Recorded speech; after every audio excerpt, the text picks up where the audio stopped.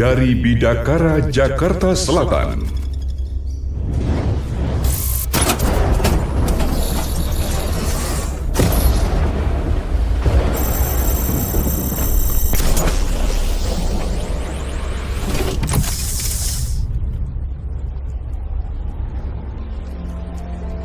Selamat datang di acara Kingmaker spesial Zakatin Gaza.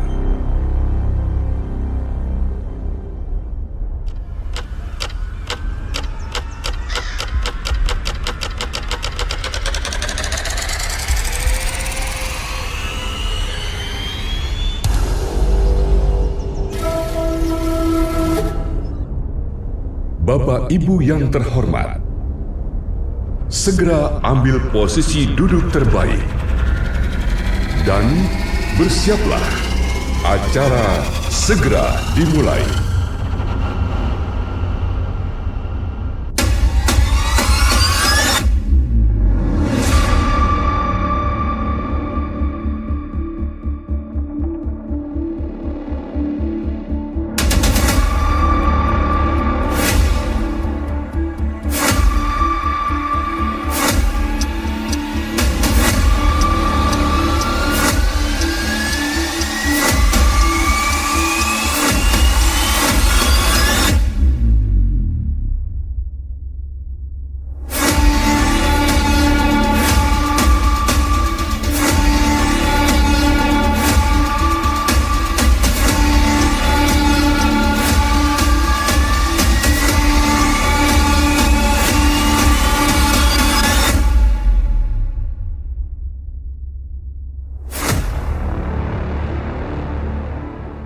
Kita sambut Ustadz Bahtiar Nasir.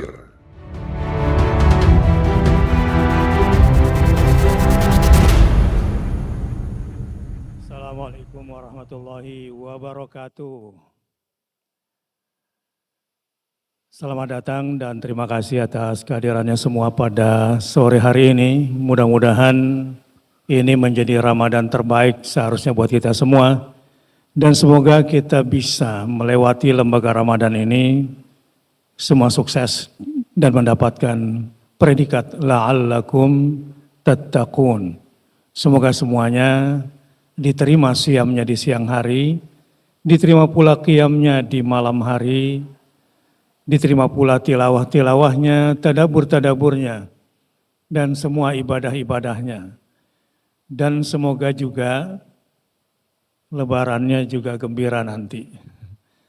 Assalamualaikum warahmatullahi wabarakatuh.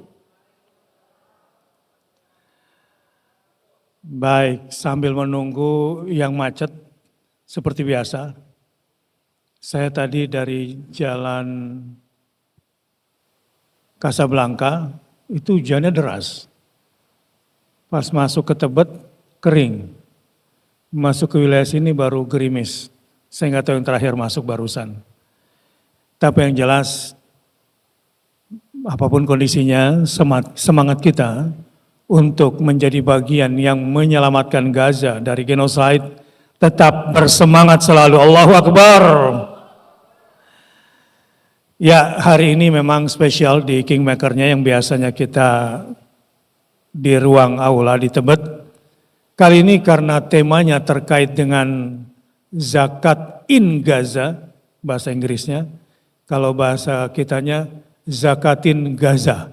Jadi rupanya masuk ya bahasa gaul Indonesianya dengan bahasa Inggrisnya zakat in Gaza dan zakatin Gaza. Alhamdulillah wa syukurillah wa salatu wassalamu ala rasulillah Muhammad ibn Abdillah wa ala alihi wa sahbihi wa mawala. Wala haula wala quwata illa billah.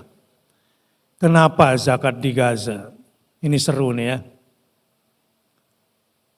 Emang ada apa kalau zakatnya di Indonesia? Memang beda. Walau sesungguhnya kalau kita bicara zakat fitrah nih, kita bicara zakat fitrah. Sekarang zakat fitrah di Indonesia itu kalau standar Basnas 45.000 sampai 55.000. Kita ambil pertengahannya aja lah ya, gocap gitu. 50.000 rupiah. Gaza yang sekarang sedang kelaparan tapi alhamdulillah per hari ini sudah masuk bantuan-bantuan internasional, itu pun atas tekanan. Kalau cuma resolusi Dewan Keamanan PBB diinjak sudah 3 resolusi. Bayangkan ya, satu saja Indonesia melanggar resolusi Dewan Keamanan PBB itu moncong senjata. Negara-negara anggota Dewan Keamanan PBB yang bisa memveto itu moncong senjatanya udah ke Indonesia semua. Kalau Indonesia melakukan itu. Sekarang 3 resolusi itu diinjak semua oleh Israel. Harusnya berapa moncong senjata ke Israel pada saat ini? Tapi itu nggak berlaku loh. Gila nggak ini? Indonesia gara-gara satu undang-undang di di Konoha saya bicaranya, gara-gara satu undang-undang berisik nggak Indonesia? Ribut nggak? Kacau nggak? Gara-gara satu itu. Sekarang bagaimana kalau resolusi Dewan Keamanan PBB gitu? Yang menentukan satu negara itu dihancurkan atau tidak. Diinjak-injak resolusinya. Ke depan kira-kira kalau ada yang nginjek-nginjek lagi, boleh nggak kira-kira? Boleh, contohnya 3 aja boleh kok. Kira-kira kayak apa nanti kacaunya di dunia. Jadi saya mau bilang, yang terjadi saat ini sebetulnya bukan soal konflik Palestina dan Israel, bukan. More than it. Anda bisa bayangkan, 2 resolusi sidang Majelis Umum PBB itu pun diinjak-injak. Bayangkan itu. Sampai Amerika, dan ini yang gak pernah kejadian. Kalau Amerika terkait Israel gak pernah kejadian seperti sekarang ini. Amerika kemudian abstain di sidang umum itu. Dia abstain. Bayangkan, sampai begitu. Ini keturunan manusia atau bukan manusia ini? Makhluk ini satu di muka bumi ini. Saudara-saudara, selain itu, ada lagi. Semua kesepakatan di Konvensi Jenewa diinjak-injak semua. Misalnya apa? Tentang hak-hak sipil. Tentang hak-hak sipil ini. Yang mestinya nggak boleh sipil itu jadi korban. Sekarang civilian, kalau bahasa Arabnya al-madaniyin, yang menjadi korban itu ada 41.000 orang. Lebih sekarang. Dan celakanya mayoritas itu anak-anak dan perempuan. Saya pernah coba masuk ke kelompok diskusinya dan apa buka-bukannya IDF. Ternyata ada juga jalur gampang masuk. Mereka boleh loh satu tentara itu kalau berhadapan dengan masyarakat Gaza boleh dianggap nggak melanggar oleh IDF kalau nembak dari 15 sampai 20 orang itu boleh. Dan kalau ada satu orang tentara Hamas berpangkat kopral harus dibunuh dan resikonya bisa menimbulkan 100 orang wafat meninggal dunia dibolehkan oleh IDF. Apalagi kalau perwira tingginya Hamas. Dan yang menarik katanya begini. Sekarang dengan menggunakan teknologi AI, Artificial Intelligence, kecerdasan buatan, plus 972 yang terindikasi ke Hamas ada 37.000 sudah di-grab nomornya. Dan itu siap diluncurkan kapan saja. Tapi mereka memilih untuk tidak menembak langsung tentara Hamas atau yang terindikasi Hamas atau yang terafiliasi Hamas. Dia nggak tembak sendirian, ditunggu pulang ke rumah. Dan itu aturan mainnya, ditembaknya satu keluarga. Dar gitu. Di luar itu dengan teknologi AI, dengan tingkat akurasi 90%, mereka sudah bisa mendebak siapa-siapa selain plus 972. Itu kode lokal telepon sana ya. Yang terindikasi, mereka sudah punya data lagi. Dan ini teknologi mutakhir yang mereka pakai. Jadi genosida berdasarkan AI dengan tingkat akurasi yang 90% itu sudah disiapkan untuk membantai Gaza. Saudara-saudara yang hadir pada hari ini, kenapa kita zakatin Gaza? Kita mulai dari angka ya. Kita mulai dari angka. Indonesia 200 juta lebih penduduknya. Kalau zakat fitrahnya saja untuk tahun ini 1 juta orang saja kita coba viralkan dengan 50.000 rupiah. Ini adalah zakat fitrah saja yang wajib di bulan Ramadan di 10 hari terakhir sebelum khatib naik mimbar sudah dikeluarkan. Kira-kira terkumpul berapa? 50 miliar. Cukup nggak untuk ngasih makan orang-orang Gaza lebaran ini? Insya Allah walaupun di sana sedang mahal makanan. Tapi di sini istimewanya zakat fitrah di Gaza. Dari 200 juta penduduk kita nggak minta 100 juta yang zakat fitrah. Insya Allah orang miskin Indonesia masih tercover. Secara fikih, kita boleh zakat fitrah di luar tempat tinggal kita. 1, kalau kita suami lagi musafir, zakat di tempat setempat. Keluarga tetap kita bayarin di tempat di mana kita tinggal. 2, kalau kita punya keluarga, ada hubungan rahim, tinggal di luar negeri, dan dia sedang kelaparan, dan dia sedang kesusahan, ada hubungan rahim, boleh zakat fitrahnya ke sana. 3, kalau ada satu kelompok umat Islam, satu bangsa yang sedang kelaparan, boleh kita alokasikan zakat fitrah kita ke sana. Ini belum bicara zakat mal. Dan ini baru Indonesia. Jadi kalau 2 juta orang, 100 miliar. Ini lumayan pengaruhnya sebetulnya. Itulah kenapa zakatin Gaza hari ini. Tapi ada nilai plusnya, zakatin Gaza ini. Kalau zakat fitrah itu dalam bahasa fikihnya ini namanya zakatul ru'us atau zakatul abdan, pajak badan. Zakat fitrah, kita sering salah mengartikan zakat fitrah. Zakat fitrah itu artinya zakat fitri. Fitri itu artinya hari makan dan minum. Elu yang sudah dibolehin makan dan minum sama Tuhan 1 tahun penuh, yang diturunkan hujan, ditumbuhkan tumbuh-tumbuhan, ya mbok bayar.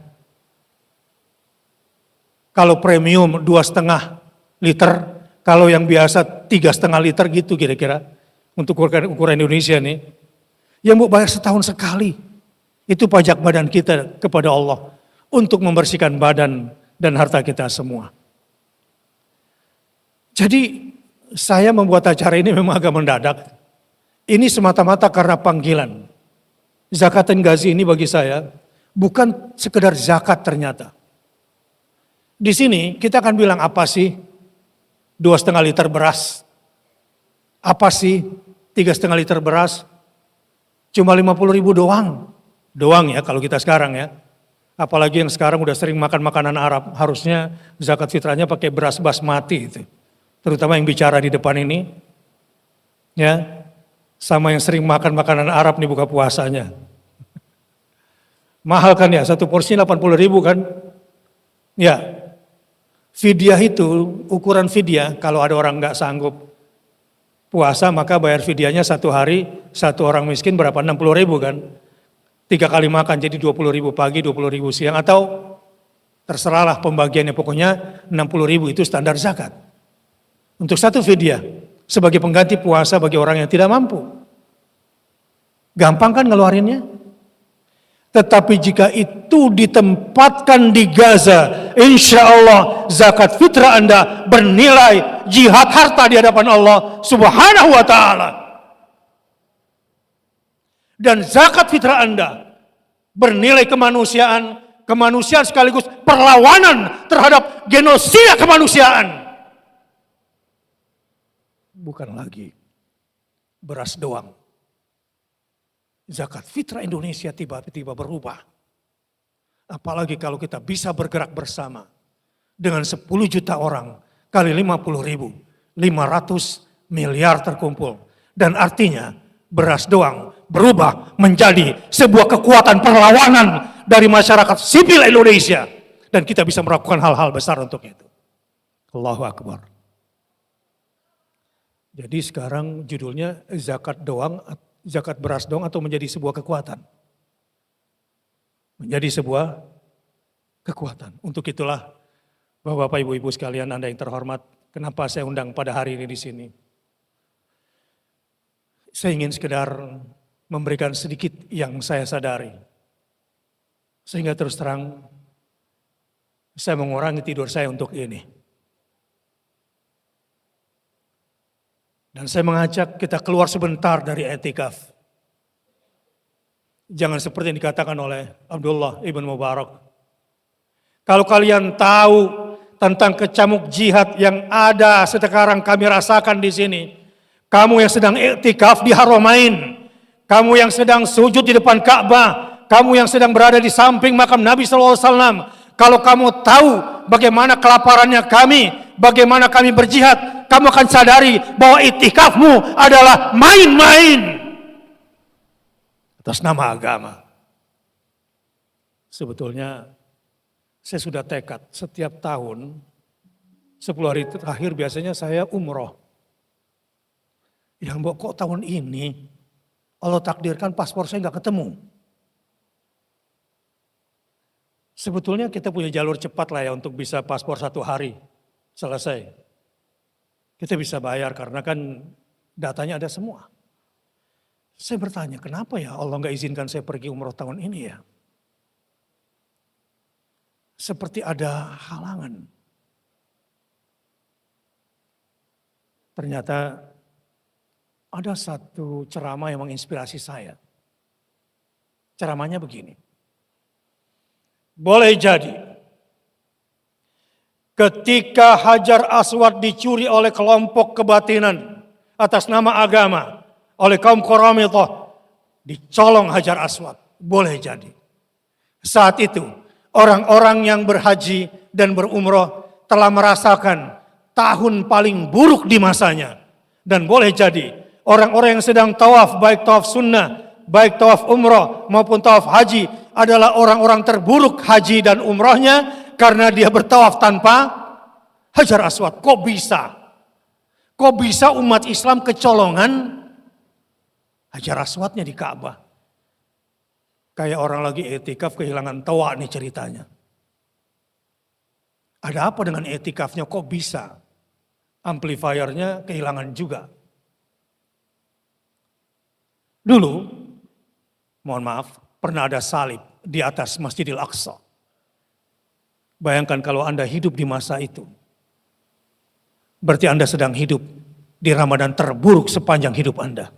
Atau saya balik, Andalah orang terburuk yang hidup di masa itu. Tapi ternyata setelah saya tengok genosida dan kelaparan di Gaza, telunjuk saya menunjuk wajah saya sendiri. Inilah Ramadan terburuk bagi umat Islam yang saya rasakan. Inilah Ramadan terhina yang saya rasakan sebagai Muslim. Inilah Ramadan di mana saya begitu rendah karena saudara-saudara saya dibantai di bulan Ramadan. Saudara-saudara saya kelaparan di bulan Ramadan. Inilah bulan Ramadan terburuk buat saya. Atau saya balik. Saya balik. Inilah saya. Sayalah umat Islam terburuk di zaman Ramadan. Selama ada Ramadan di dunia. Sayalah umat terburuk. Sayalah umat terhina. Sayalah umat terendah. Karena saya tidak bisa membantu saudara saya di Gaza. Cuma dua pilihan. Ramadan terburuk buat kita. Atau kita orang terburuk di bulan Ramadan. Kenapa? Zakatin Gaza. Dan yang datang di sini. Saya berharap jangan cuma Anda yang membantu Gaza. Boleh nggak kalau saya minta Anda juga menjadi reseller perjuangan anti kemanusiaan. Allahu Akbar. Anda bisa punya perusahaan besar, punya perusahaan marketing yang bisa mengendorse. Anda punya banyak reseller di depan Anda sehingga menjadi kaya raya. Kenapa? Untuk sesuatu yang begitu hebat di hadapan Allah Anda tidak melakukannya. Untuk itulah saya undang ke sini dan untuk itulah tamu-tamu saya terhormat Pak Faisal Basri dan Pak Henry Satrio bersama kita pada hari ini. Tepuk tangan dan silakan ke depan. Kita ngobrol-ngobrol soal ekonomi sama Bang Faisal nanti. Saya punya pertanyaan, tapi saya mau bebasin aja ngomong apa, terserah. Kalau Pak Henry Satrio ini yang punya kedai kopi, ya seorang surveyor politik, ngobrol-ngobrol juga ada apa nih dengan politisi Indonesia sampai sibuk sama negerinya sendiri, kok sampai lupa sama saudaranya di Gaza setelah saya sampaikan tadi. Assalamualaikum. Panggilannya Mas Hensat, kalau beliau Pak Faisal Basri. Baik.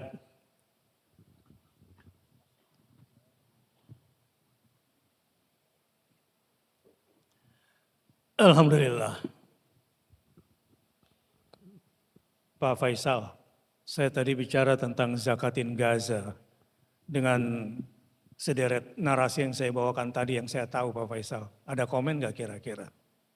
Tentang Gaza. Iya yang tadi saya bicarakan ada komen dikit nggak? Iya, Assalamualaikum warahmatullahi wabarakatuh. Waalaikumsalam warahmatullahi Pak wabarakatuh. Kiai telah mengundang untuk hadir di sini. Awalnya memang yang saya bisa lakukan hanya menangis. Iya.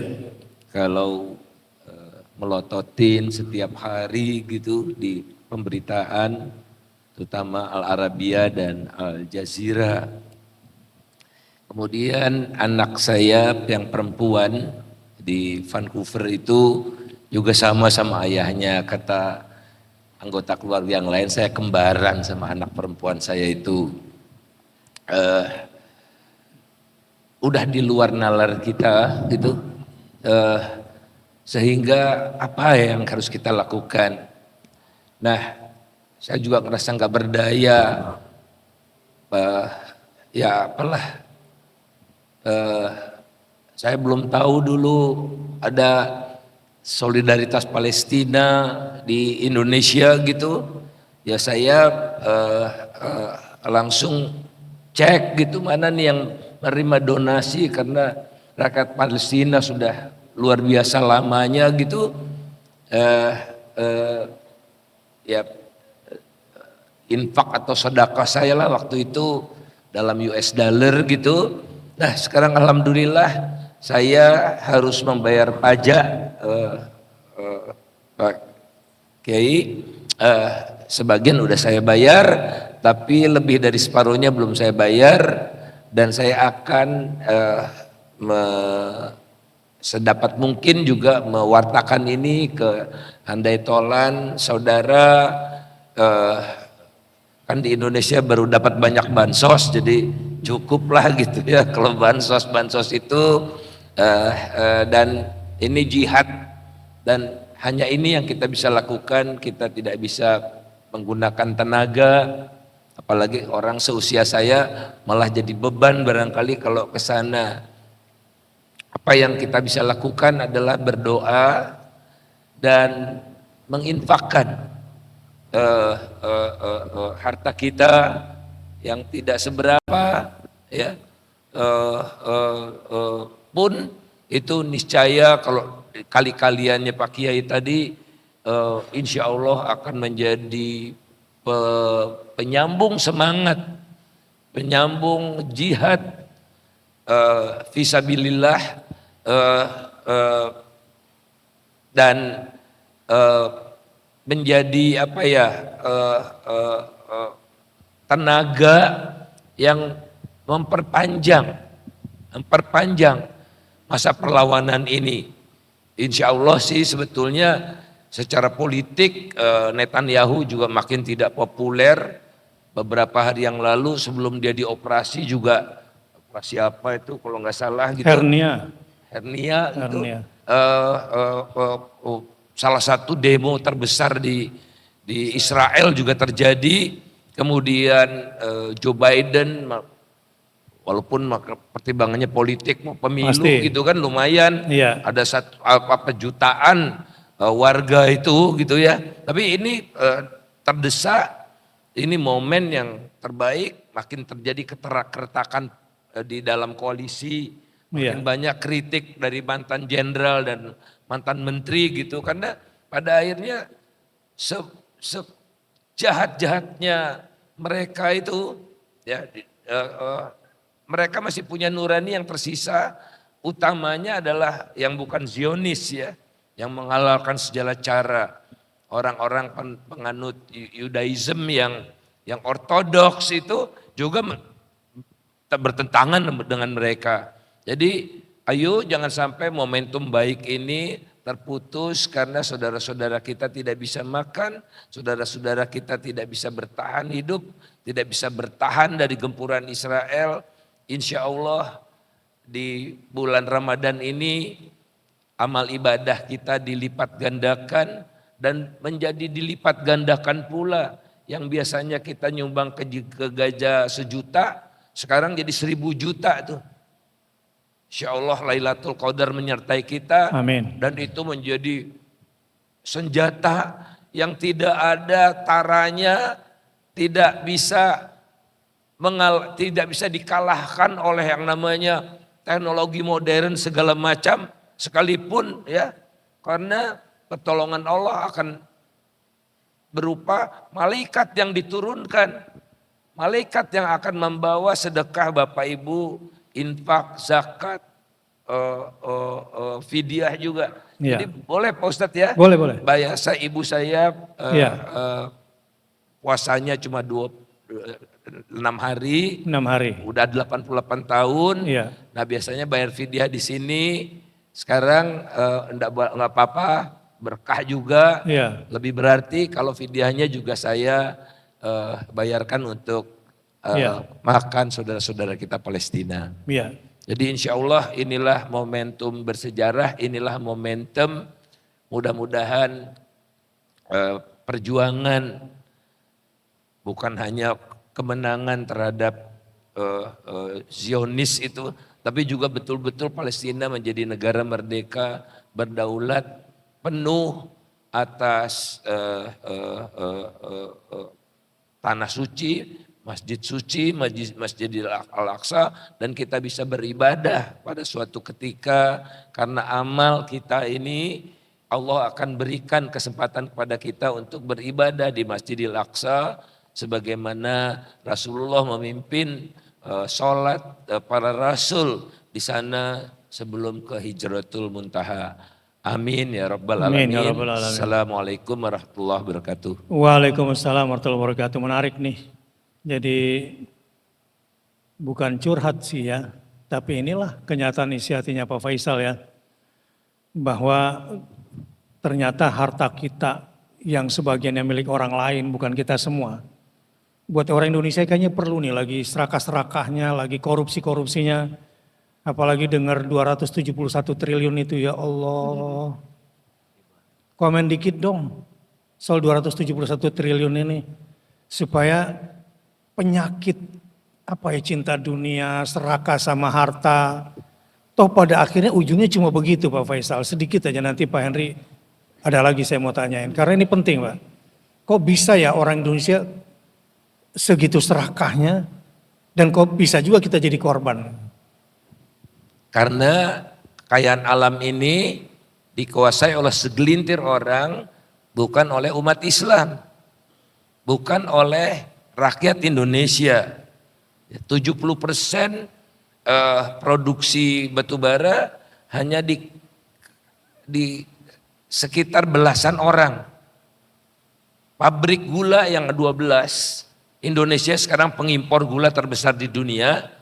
Yang impor itu cuma 12 perusahaan, ada Tommy Winata, ada macam-macam deh gitu. Tommy Winata nama perusahaannya Angel Product gitu ya. Ada Air Kurnia segala macam. Itu kalau saya hitung omsetnya belasan triliun. Untungannya belasan triliun. Karena sekarang kita beli gula itu 17.500, padahal di pasar internasional cuma 8.000 Pak Ustadz. Wih, banyak Nah, untungnya. batu bara kita tahun 2022, 2023 saya lupa, hasil ekspornya itu batu bara dan kawan-kawan 1.000 triliun.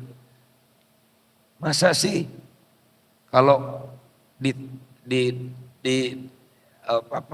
pemimpinnya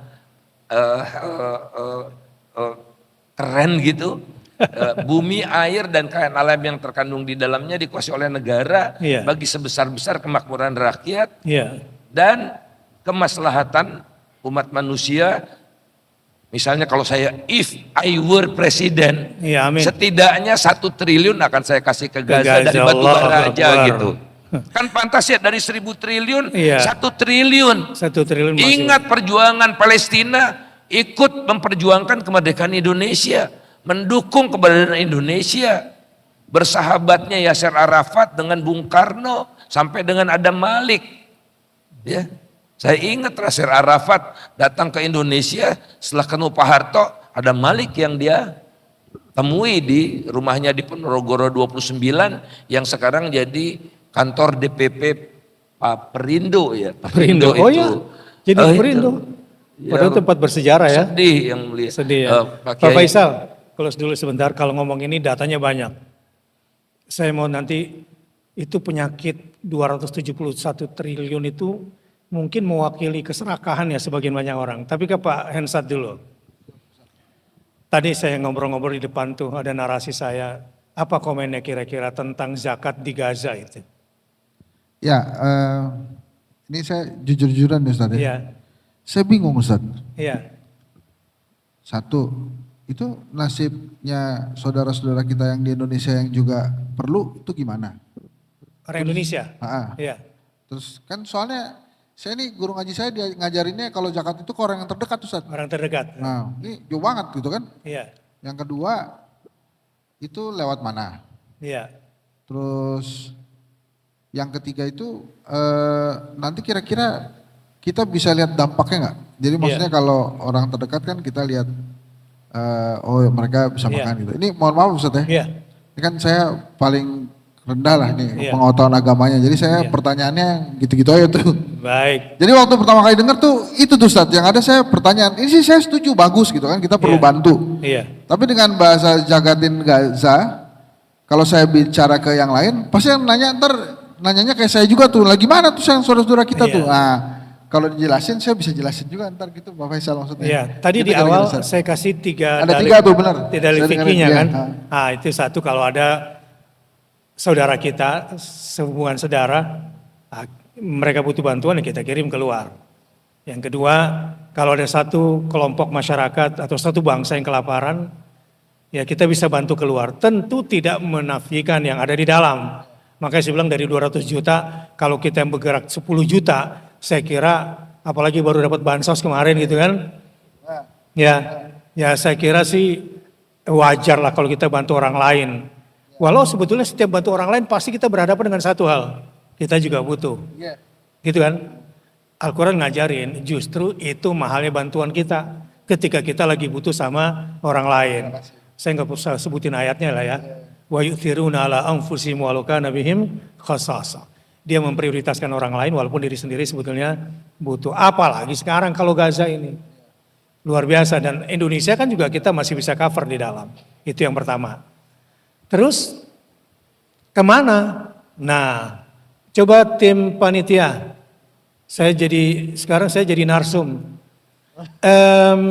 Ustaz Ridwan mana? Tampilkan video 3 kontainer kita yang masuk ke Gaza dalam memberikan bantuannya segera. Nah, kita ada 2 lembaga. Satu lembaga amil zakat nasional. Ya, sudah izin dari Basnas, rekomendasinya dan izin dari Kemenak. Dan covernya seluruh Indonesia lembaga kita. Ya, sekitar 15 tahunan kita berjalan.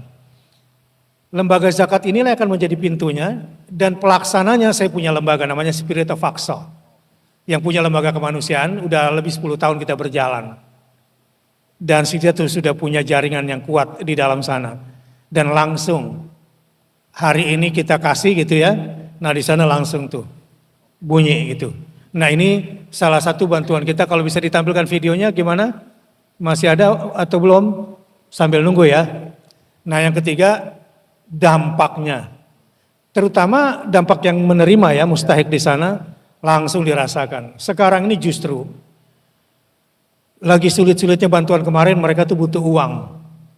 Malah uang yang dibutuhkan di lapangan itu sebetulnya. Nanti ada Ustadz Hussein bisa cerita di sini, ya. Ustadz Deden juga nanti bisa bantu sampaikan secara Qur'annya nanti ya. Mas Ari juga bisa nih kayaknya endorse dikit karena banyak ngobrol. Baik, jadi terutama dampak kita yang penting Indonesia. Saya mau beritahu Pak, mungkin Pak Hensat belum dengar. Qatar memang hebat bantuannya ke Gaza. Sekali nyumbang 300 juta dolar itu negara. Tapi Pak, kalau Anda tanya sama orang Palestina, negara manakah, bangsa manakah yang paling dirasakan dan paling besar? Saya mau tanya Ustadz Hussein yang pernah tinggal di Gaza, tolong panitia bawakan mic-nya. Hussein Gaza kita menyebutnya. Hussein Gaza ini bisa kasih data dari semua negara. Cepat lari ke depan mic-nya. Ini, sebentar. Malik sini.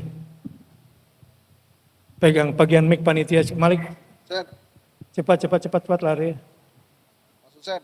Ya. Nah, Hussein bicara. Negara mana yang paling diharapkan dan dirasakan dampak bantuannya dari seluruh dunia. Mesir bantu, Amerika bantu, tapi sejujurnya kalau hati orang Gaza gimana? Ya baik, jadi begini Ustadz, pengalaman 12 tahun saya tinggal di 12 Gaza. tahun. Saya berinteraksi hampir seluruh kalangan sipil, politisi, ulama, akademisi, bahkan militer pun saya karena sejurnalis. Dan mereka sering curhat sama saya itu.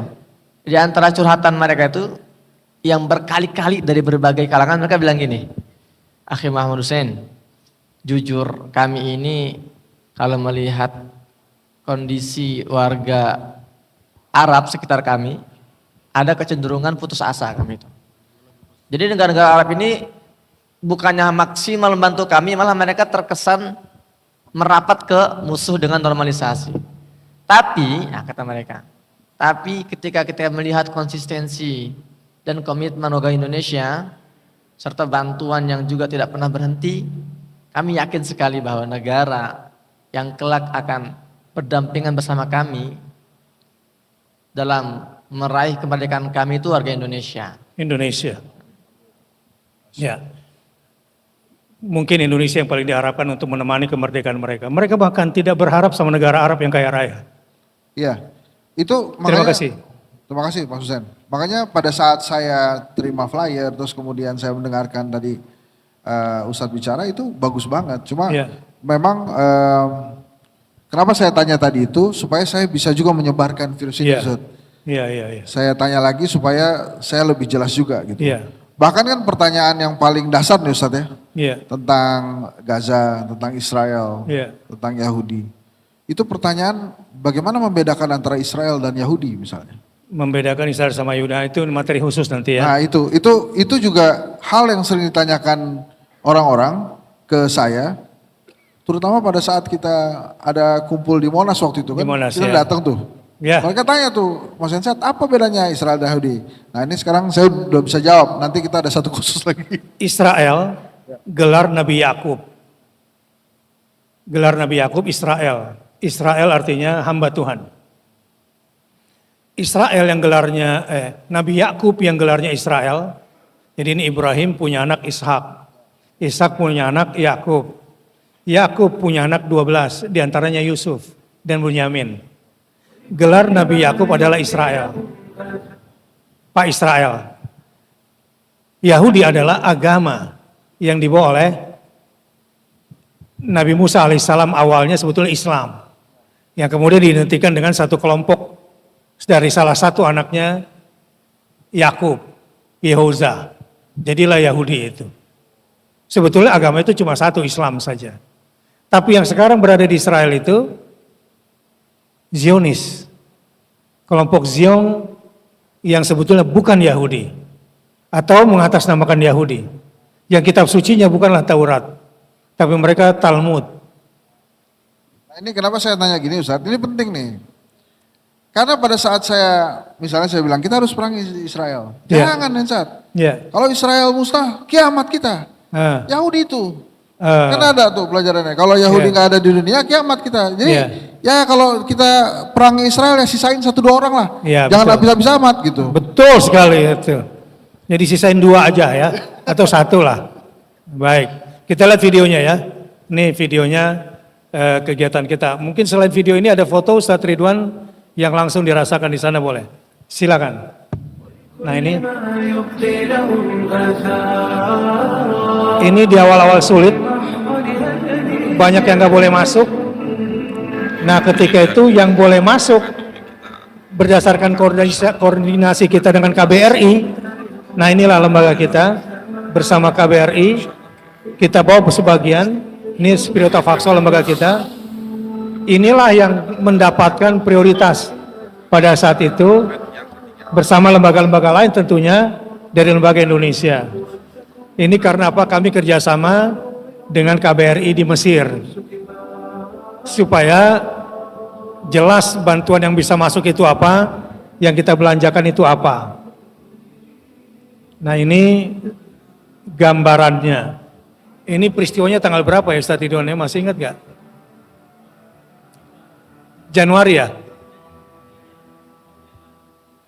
Akhir Januari, ya ketika sulit-sulitnya bantuan itu masuk. Nah ini di mana Ustaz Hussein? Di Aris ya? Ya, di Aris ya, di Mesir ya? Ya, mau masuk ke Rafah. Nah ini ada berapa lagi videonya sudah? Satu lagi Ustaz. Satu lagi mana? Ya, Sementara menunggu yang satu. menunggu ya. Nah ini Mas Hansat yang per Januari. Karena memang ada ratusan yang tidak bisa masuk, yang diprioritaskan ini gandum. Qadarullah yang kita beli ini gandum. Ya, dan memang harus nanya ke lokasi apa yang boleh masuk di perbatasan itu.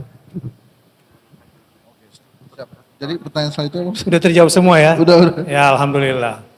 Nah sekarang apa anjurannya kira-kira soal zakat di Gaza ini? Menurut Mas Hansat? Iya ini kalau orang per orang ini mungkin sedikit ya. Tapi kalau kemudian negara mau turun tangan seperti yang disampaikan Pak Faisal? Pak Faisal itu sih luar biasa gitu. Ya. Ini menarik sebenarnya 271 triliun itu pertanyaan pertama saya waktu itu kebongkar, kenapa baru kebongkar sekarang ya?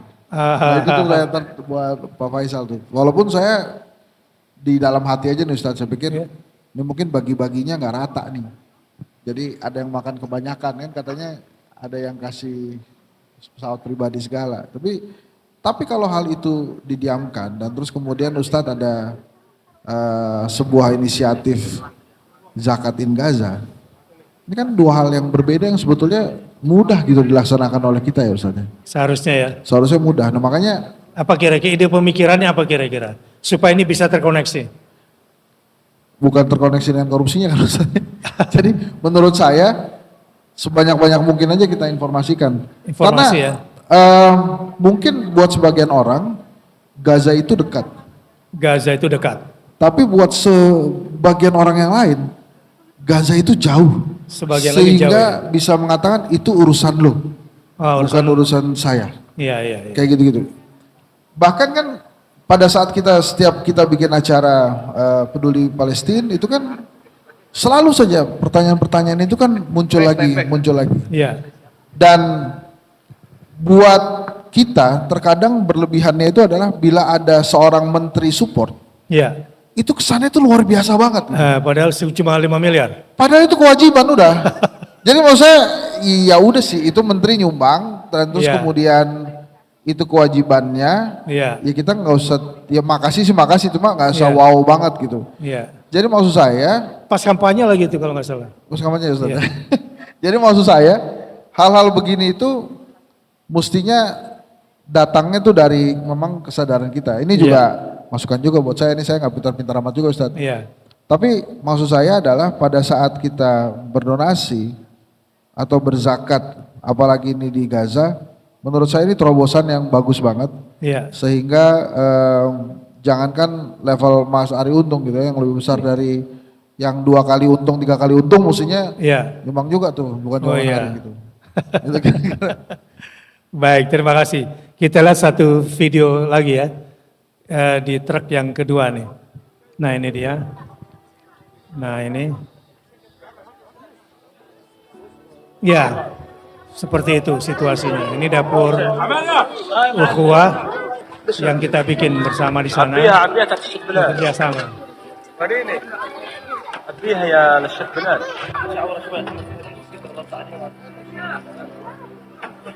Ya, gandum. Apa istilahnya orang Gaza ini statusnya namanya? Kacang adas. Oh ya, kacang adas. Nah, itu satu piring katanya buat satu orang atau buat beramai-ramai statusin? Satu piring itu dibuat satu orang atau beramai-ramai? Buat satu Rame-rame ya? keluarga, satu keluarga, satu rumah. Ya. Nah.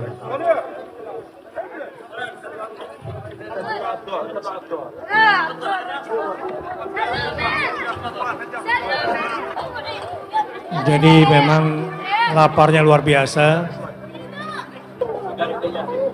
Perlu diketahui Mas Hensat, ada 4 langkah bagaimana genosida dilancarkan di Gaza.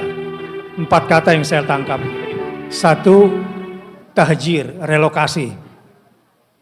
Jadi semua orang direlokasi, sipil-sipil ini, tapi akhirnya dibantai juga. Katakanlah dari utara ke tengah, dari tengah sampai ke selatan, selatan berbatasan sama Mesir. Pada akhirnya nggak dikasih makan juga di sana. Yang kedua, terhil. Pokoknya mereka maunya itu di Gaza nggak boleh lagi ada orang. Dia mau kuasai sepenuhnya. Yang ketiga, kalau masih ada, al-maja'ah, dilaparkan. Selapar-laparnya dengan menutup akses. Bahkan UNRWA juga nggak boleh masuk. Difitnah karena ada teroris di dalamnya. Dan dunia memberikan donor ke UNRWA ini, di bawah PBB, Lembaga Kemanusiaan, pun akhirnya nggak boleh masuk. Nah yang keempat, pembunuhan. Dan sekarang pembunuhannya sudah pakai AI. Saudara-saudara kita di sana betul-betul bertahan hidup dengan kelaparan, pejuangnya sambil lapar manggul senjata.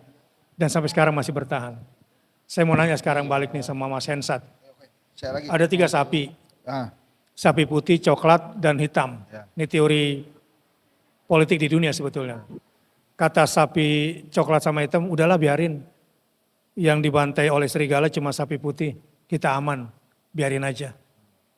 Kira-kira setelah si putih mati. putih mati dan serigala lapor, kira-kira diembat lagi gak tuh yang 2? Disikat juga, Ustaz. Nah itulah ketika kita bilang, biar aja Gaza sama Israel, persoalan dia kok. Nah, ini Hah? cocok. Cocok ya? Oke, itu benar tuh, Ustaz. Iya. Ya, ya, ya. Iya juga tuh. Sekarang yang kedua nih. Ini sekarang ini persoalan, Nah, ini bukan cuma antara Palestina sama Israel, bukan. Ini soal dunia yang kacau sekarang. Kacau dunia ini. oh. Jadi ke depan ini nggak ada lagi aturan di PBB, nggak ada lagi aturan perang di Konvensi Jenewa, nggak ada lagi. Semua jenis bom terlarang sudah semua dilempar ke sana, ke Gaza. Yang fosfor putih, yang bom masuk ke tanah lalu meledak di dalam supaya terowongan, yang semua nggak boleh, tinggal satu, tinggal nuklir saja. Dan itu pun ditantang, kalau udah silahkan lemparkan nuklir kalau Anda berani. Begitu juga dengan keputusan Mahkamah Internasional tentang ceasefire, tentang penghentian genosida. Berikut semua indikasinya, nggak ada yang ditaati, Pak. Sekarang ini kenapa dia buka? Karena civil society seluruh dunia yang turun. Nah, jadi dunia ini kalau kita lihat tatanan internasional udah kacau. Terus kemana tuh pemimpin dunia Islam? Kenapa mereka nggak turun? Masing-masing pemimpin dunia Islam ini tersandra lah dengan kasus geopolitik masing-masing. Jadi nggak bisa diharapkan. Kalaupun ngomong, nih mohon maaf nih terakhir, Inggris marah gara-gara ada bom jatuh ke dapur internasional. Emirat kemarin katanya putusin hubungan diplomatik. Ini cuma bercanda. Nggak bisa dipercaya omongannya. Betul nggak Ustaz Hussein? Susah untuk dipercaya. di PBB, kalau ada atau katakanlah di OKI, ada usul keberpihakan tentang Palestina, kalau yang ngomong itu mohon maaf ya, selain Indonesia nggak didengar. Ini cuma mainan politik pemimpin mereka. Kecuali Indonesia yang turun, baru didengar. Karena Indonesia serius untuk itu.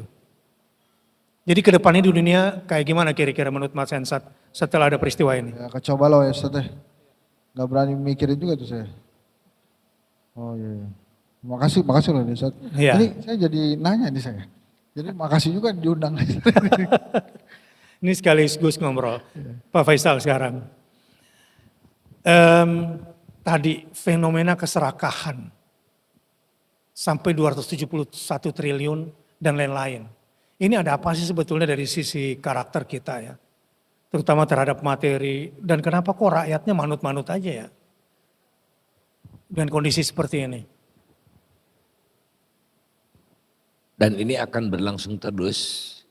Akan berlangsung terus. Akan berlangsung terus kalau kita tidak menghentikannya. Kalau kita tidak menghentikannya. Ya, karena saya tidak punya modal politik yang cukup. Saya tidak punya partai politik, tapi Iya. saya ingin berkuasa. Iya. Berarti logistik yang saya harus kumpulkan kan besar. Saya tidak punya partai. Iya. Saya tidak mampu menguasai TNI dan Polri secara kuat kayak zaman Pak Harto. Jadi Iya. kan sementara ambisi saya melebihi jadi raja gitu. Iya. Jadi Sultan Ottoman barangkali gitu. Dia ingin jadi Raja Nusantara gitu. Iya. Bukan hanya jadi presiden gitu-gitu. Nah kemudian karena dia tidak punya modal, maka dia cari modal. Iya. Cari modal yang gampang garuk dan dapatnya banyak. Iya.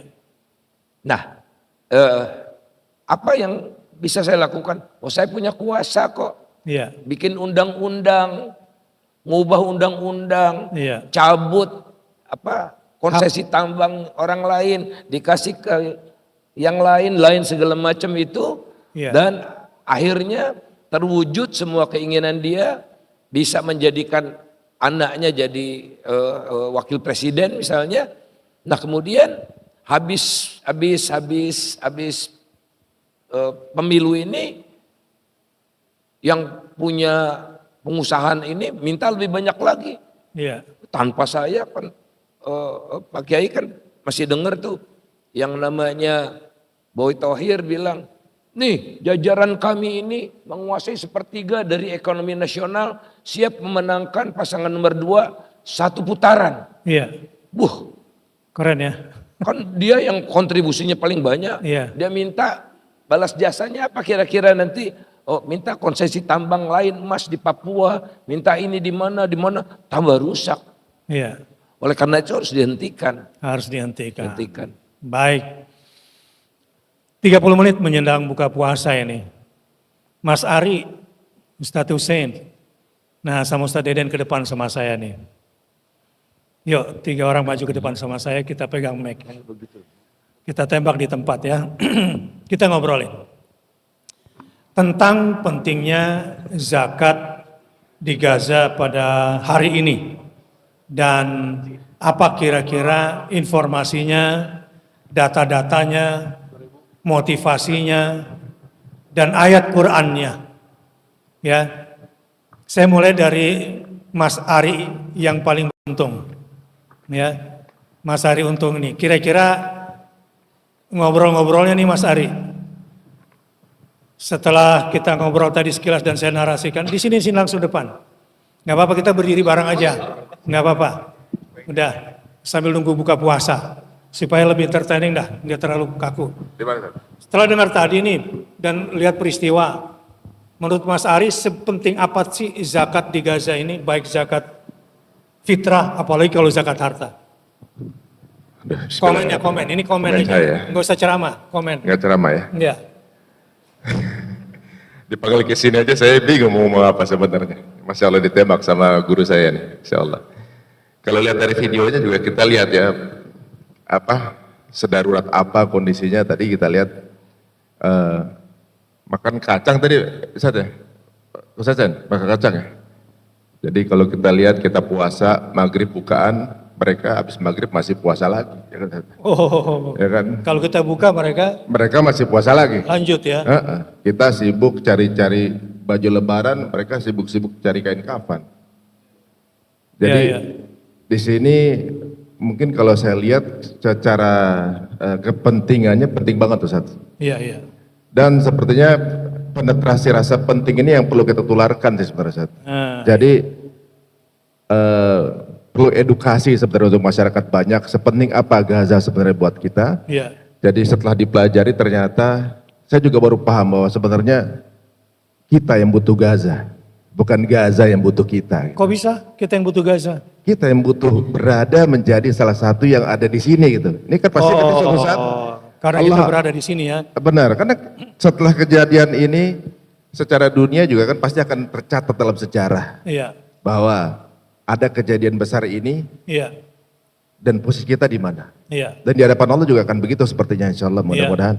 Ada saudara kita seperti ini, kita ada di mana? Ini kita butuh nih di hadapan Iya. Allah. Entah mungkin suatu saat akan merdeka ini Gaza. Iya. Ada atau dengan tanpa atau dengan kita gitu. Iya. Tapi kita ada di mana itu yang jadi Nah, persaksian. itu yang paling penting ya. Menurut Mas Ari ini, kalau yang hadir di sini, kemudian ini udah zakat fitrah sama zakat mal, kemudian tidur gitu. Rugi nggak kira-kira? Apa sebaiknya ngajak yang lain juga? Ya sebaiknya ngajak yang lain pasti gitu. Iya. Dan kayaknya kalau misalnya zakat fitrahnya udah, Iya. zakat malnya masih banyak kan? Masih banyak. Masih Ah. banyak gitu. Dan itu sangat dibutuhkan di sana ya. Dan sepertinya mungkin zakat kitanya mungkin justru adalah persentase kecil dibanding syiar kita ke depannya, syiar kita lebih banyak lagi untuk yang kemudian ikut tertular dengan zakatin Gaza ini. Mau nanya nih, serius nih. Ya gimana Ustaz? Nggak marah tapi kan. Udah marah duluan? Ustaz nggak? Ngomong-ngomong sekarang mau zakat juga nggak kira-kira? Insya Allah. Ustaz. Allahu Akbar. Loh. Sekarang ke Ustadz Hussein. Kita menyebutnya Hussein Gaza. Udah 12 tahun di sana. Sekarang bicara data dan informasi deh hari ini. Data dan informasi hari ini di Gaza kan Ustadz Hussein punya keluarga di sana. Bisa telepon kapan aja dan tahu situasi hari ini sehingga penting gak sih di 10 hari terakhir ini umat Islam Indonesia nih zakat di Gaza. Baik. Pertama kita sudah masuk ke hari 183. Ya, hari Sudah. 183, bulan Sudah ke-6, lebih. Sudah masuk bulan ke-7. masuk bulan ke-7. Jumlah korban jiwa per hari ini saya ngejar target saat. Mereka nggak mau berhenti sebelum membunuh 100 nyawa paling tidak per Iya, hari itu. Per hari 100 nyawa. Dan itu minimal. Sejauh ini sudah 33.000 nyawa yang terbunuh, 14.000 diantaranya anak-anak. Itu kalau kita rata-rata itu per jam itu mereka membunuh 4 orang anak selama 6 bulan ini. Iya, Kemudian 9.000 itu wanita yang dibantai. iya, Kalau kita total dengan yang luka dan yang hilang, yang tak teridentifikasi, yang Iya. sudah mayat-mayat yang masih di reruntuhan itu sudah 120.000. 120.000. Iya. Dan yang target ini memang benar-benar mereka ingin menghapus peradaban.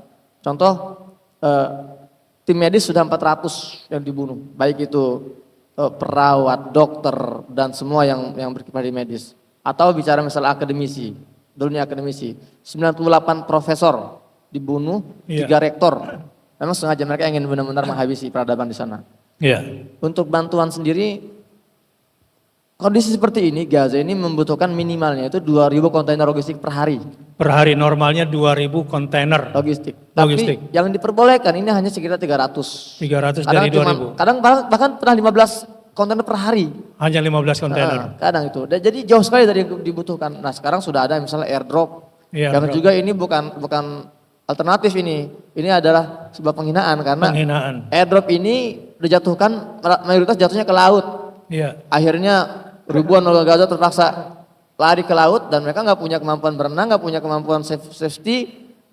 Belasan warga Gaza meninggal tenggelam ketika mengejar airdrop itu. Ada yang jatuh ke perbatasan sudah dapat berlari ditembak oleh Zionis, des oleh sniper itu sengaja sekali gitu loh. Nah, maka masalah zakat ini Ustaz, iya, saya ingin sedikit meluruskan beberapa kekeliruan masyarakat Indonesia pada umumnya. Selama saya keliling-keliling 5 bulan terakhir ke masjid, saya mendapati ada paling tidak ada empat level manusia terkait Palestina. Iya. Pertama, mereka yang merasa risih dengan Palestina. Risih. Iya. Risih. Jadi ngapain sih kita bantu Palestina? Sekitar kita juga masih membutuhkan. Nah, ini Iya. salah satu indikasi memang kuatnya penjajahan pemikiran Barat terhadap umat Islam di Indonesia. Iya. Level kedua yang pasif. Pasif. Mereka melihat dan jadi audiens saja, tidak risih tapi mereka juga tidak aktif. Yang ketiga, ini mayoritas kita nih, Ustaz. Kita aktif tapi masih pada level peduli. Baru peduli. Padahal hubungan kita dengan Palestina bukan masalah kepedulian. Tapi kita masuk ke yang keempat, level keempat. Sebagian orang yang merasa ini bagian dari perjuangan mereka. Iya. Merasa terlibat langsung. Ini bagian dari perjuangan kita ya. Dan kita terlibat gini, Ustaz. Ketika Amerika, Inggris membackup habis-habisan Israel, Iya. bukan karena mereka peduli, tapi karena mereka Amerika ini terlibat dan mereka berkepentingan. Dan kita umat Islam ini jelas-jelas kita ini korban. Kita ini korban semua. Jadi berhentilah bersikap kalau kita ini tidak terlibat dalam konflik ini. Iya. Maka kalau kita sudah punya perasaan kita sebagai korban, kita akan punya semangat yang sama dengan yang dimiliki oleh anak-anak Gaza di sana. Dan ini yang mau kita sampaikan ke masyarakat. Saya kira yang hadir di sini level 4 semua ya. Adalah orang yang merasa bagian daripada perjuangan ini. Allahu Akbar. Allahu Akbar. Itulah karenanya kenapa kami undang di sini. Baik, terima kasih Ustaz Deden. Coba motivasi ayat dan sunnahnya seperti apa atau ada contoh salafus solehnya. Bahwa emang ada dalilnya zakat di Gaza loh, kita juga susah, kata kelompok 1 dan 2 tadi itu. Baik Ustaz, saya taklik dulu terkait zakat fitrah. Ta'liq ini komen. Zakat fitrah itu wajib walaupun orang miskin. Walaupun orang miskin wajib. Orang miskin tuh wajib zakat fitrah. Walaupun belum balik juga. Walaupun belum balik juga. Iya. Punya bayi nih, tanggung jawab orang tuanya kan zakat fitrah? Iya. Iya. Selama di malam Idul Fitri dia masih punya cadangan makanan hari itu. Selama masih punya cadangan makan hari itu. Di malam takbiran ya. Di malam takbiran. Ada sisa dari cadangan makanan hari itu untuk dirinya dan keluarganya, maka dia wajib zakat fitrah. Iya. Artinya di zakat fitrah ini semua muslim itu bisa jadi muzaki, apalagi melihat Indonesia. Iya. Dia memang miskin, dapat bansos. Iya. Jadi bisa zakat fitrah dia. Tapi di sini nggak dapat kok.